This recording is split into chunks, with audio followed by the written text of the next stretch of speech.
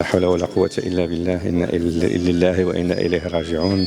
أسأله الصبر والسلوان لعائلة المرحوم وأبنائه، ونتمنى أنهم يتجاوزوا هذه المحنة بما يكفي من تآزر مع الجيران والعائلة ديالهم وجميع من لهم غيرة على الأمن في هذه البلاد. وثانيا لابد من استنكار هذا الجرم البشع اللي أنا كنعتبره جنيس الإرهاب المواطنين أمام البيت ديالهم في الاستقرار ديالهم.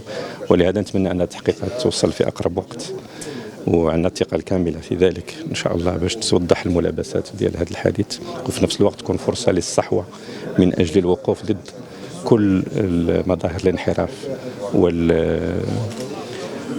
وجرائم مثل هذه. وهذه مسؤوليتنا جميعا بطبيعة الحال، مسؤولية المواطنين باش نحافظوا على الاستقرار ديال هذه البلد.